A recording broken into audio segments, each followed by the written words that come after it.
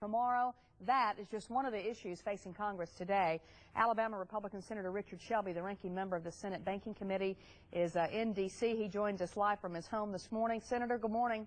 Good morning, Janice. It's really good to talk to you today. I know, let's just start with, you go back at 11 o'clock this morning, or 10 o'clock our time, correct? That's right. We'll go back in. We're still waiting to see if there's any type of agreement and what's in this agreement, if there is one.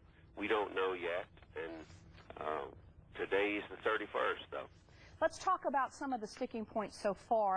A quote from Senator John McCain yesterday said, talking about Republicans, you really can't win an argument that has Social Security for senior voters, for senior citizens versus taxes, so we need to take that off the table. You agree with that? Well, I do. I agree with that.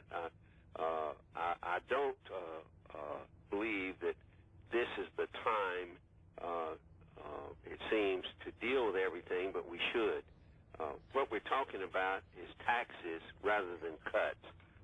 We're headed down the road just like Greece. We're spending and borrowing, and this is going to be more of it. What I'm afraid of is that the administration and the Democrats, they want more money to spend, and a lot of the Republicans like me, we want to rein in spending. And you're not seeing enough taxes for individuals. You're not seeing enough from the Democratic side on. Absolutely. You know, the cuts are never there, Janice. The cuts are always going to be in the out year. Are we going to do it 2-3 months from now? But the taxes are always pending. Let's get more revenue. All right, well, that is the disastrous way. We can't continue that. People don't want to hear it, but it's the truth. Here is a quote from the president in an interview. They say, talking about Republicans, they say their biggest priority is making sure that we deal with the deficit in a serious way. But the way they're behaving is that their only priority is making sure that tax breaks for the wealthiest Americans are protected. Your comment on that? Well, I disagree. The president's political philosophy and economic philosophy and a great many of the American people is at odds, certainly at odds with me. I don't believe we can just continue to tax people and spend. We're going to cut off job recoveries that we're all pushing for to create more jobs, bring the economy along, if we continue to tax and borrow and spend. There's got to be a day of reckoning. Will it be today? Will it be tomorrow? We don't know.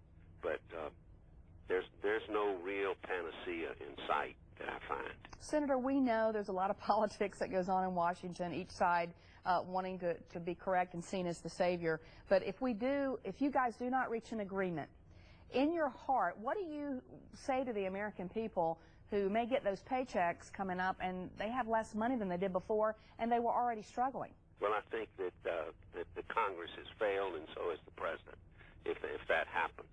I have advocated lowering individuals' taxes always and fundamental tax reform, because there are a lot of people, a lot of companies, and corporate welfare is prevalent in this country. We should lower individuals' rates. That should be the goal, not keep spending, keep borrowing, and keep taxing. What would you agree to? I know we've looked at the numbers, and we keep focusing on the taxes because that's what affects people immediately. Well, that's a hypothetical. You're asking me a hypothetical. What would I agree to? We've got to see what comes out of it, any agreement, if there is one, and see if we can vote for it or not. If it's got raising taxes on people, anybody, individuals, I'm not going to support it. If it's fundamental tax reform, and if there's a lot of cuts in there for the future, I would seriously consider supporting it. What are your comments on Vice President Joe Biden now being a part of these negotiations? Well, I've served in the Senate with Joe Biden for years and years.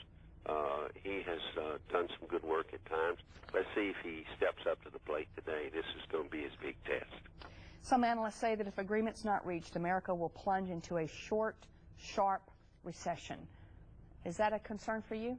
It certainly is, and it's a concern for a lot of economists who follow us. We're beginning to make some recovery in this country. We're creating a few jobs. We're a long way off. This could set us back.